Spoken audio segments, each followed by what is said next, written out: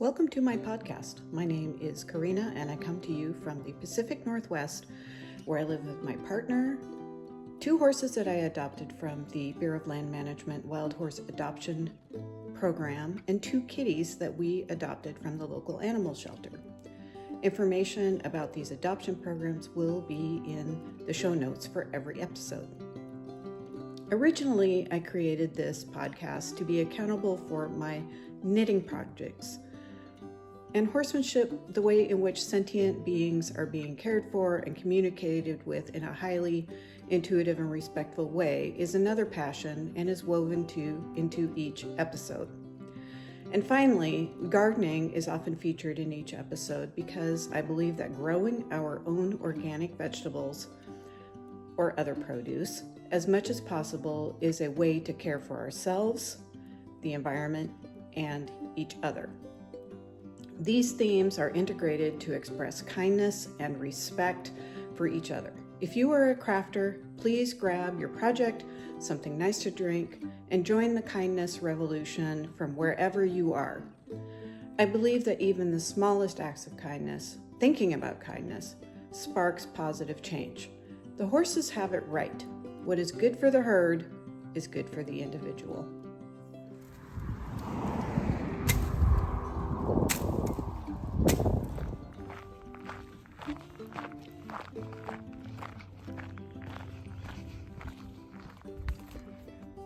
Hazelbrook Trail. Randy continuing his trail work.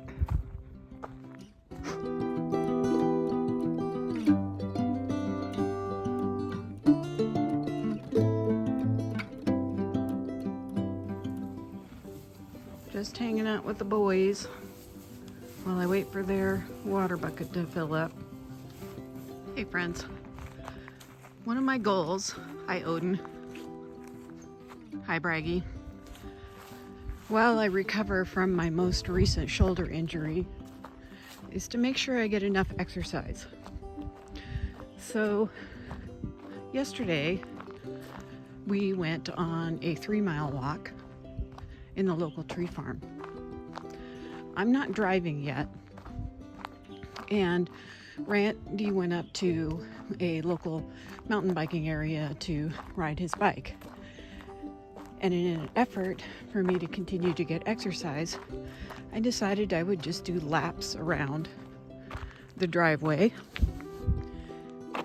And you've seen this view before, going from the barn to the house, and see how long or how many laps I can do in 15 minutes and how long that is, because I think that'll help me gauge. Let me just show you the creek, the dry creek. Got fighting flies all over me,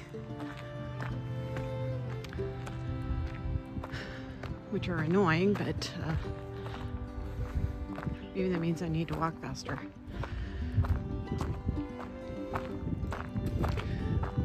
So I'm thinking, if like a whole lap takes 5 minutes, I only have to do 3 of these.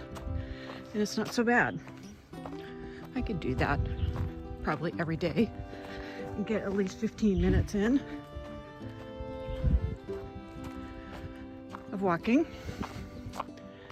And we'll see how far that is. So, going to, finger cramp, holding the camera.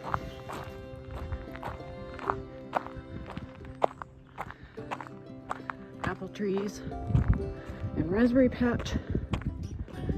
Our gate. It's the other garden with the blueberries, potatoes, rhubarb, tomatoes, kale, fava beans. Back of the horse trailer. Just walking on this side because it makes it a little bit longer.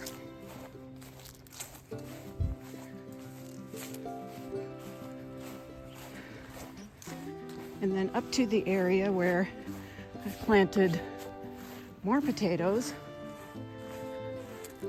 These plants are frankly on their own for now, because I just haven't had it in me to drag a hose up here. But we did have rain about 10 days ago or so. So sweet potatoes, grape, flowering plant, there's a fig, and then potatoes back there. So potatoes grow great in the jungle. Happy to see that my kohlrabi's doing fine. Fava beans need to be harvested. Mustard needs to be cut. There's a squash there. And of course, need some weeds. This is the mound garden, otherwise known as Hugelkultur. It's a German word for building up garden mounds. So I'm going to take you behind the house, down the hill. You can see it's kind of wild down here. There's the creek down there for reference. So I have to be careful because it's steep and weedy. Don't want any more falls. So make my way down under the deck. And then you can see several bird nests right here. I don't know if they're occupied right now, but I have seen birds fly out of there up until recently. Up the stairs.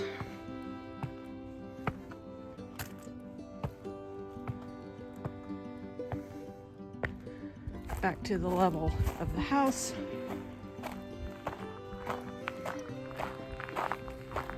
And so far, this loop has taken 4 minutes, but I'm going to end this loop at the barn. And you've seen this view many times, because this is the route up to the barn that I usually often start many podcasts with some thoughts about the day, the week, what's been going on. These are all blueberries. Pretty loaded with berries. They should be ripe in probably the end of this month.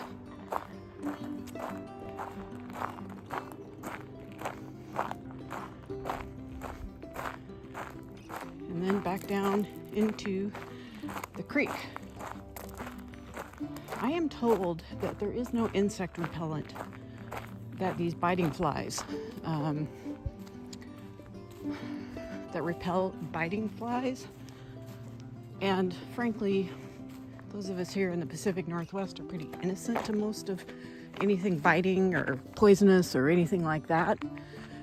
So I'm often just not prepared for that. But I'm very tempted to use Braggie's fly spray, which helps his skin a lot. It's called Equiderma, and it has neem oil and things like that in it that are naturally repellent to bugs, and it smells good.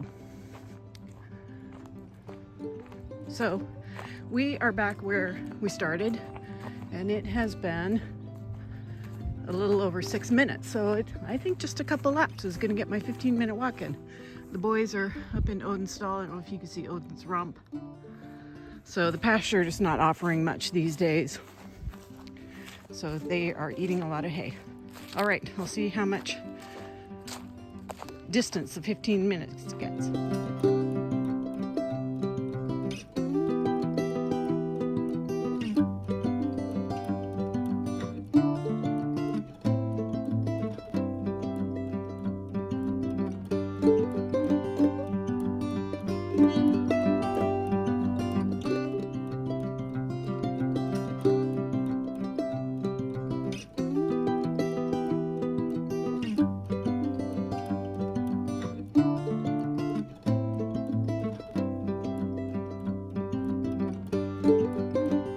Friends, I wanted to talk about these socks that I just finished and blocked.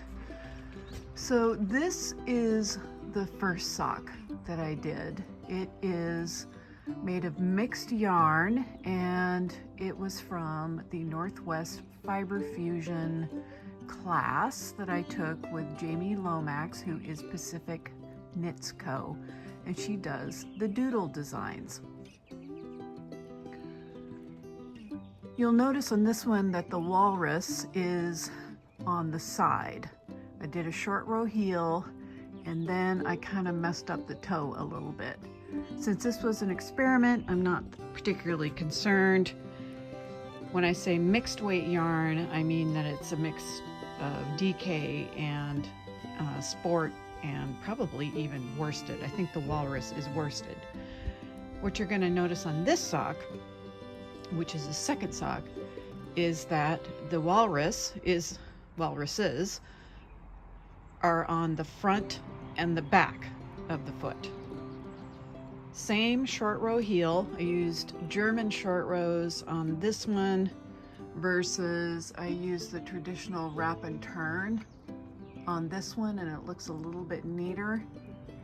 I do like German short rows. I think they're easier, but it does have a little bit of a gap. The toe on this one is better. It's the shape it is supposed to be. It's a busy day out here apparently. Today's July 4th, and there looks like a car club that just drove by. Maybe they're going to someone's house. I'm not entirely sure. Anyway, I'm calling these socks Winter Arctic Light because of the walrus and what I think are low light conditions in the far north, where the sun doesn't fully come up, but you get this kind of pinkish sunrise. That's all I have to say about these socks for now. They are just going to be house socks. The pattern comes from Jamie Lomax's book. She has a sock recipe that I think is easily adaptable for fingering weight yarn as well. And then she also has a formula that you can use to make your own designs from her doodles. So hope you enjoy these socks. They're going to get some fresh air for a little while, and I'll talk to you soon.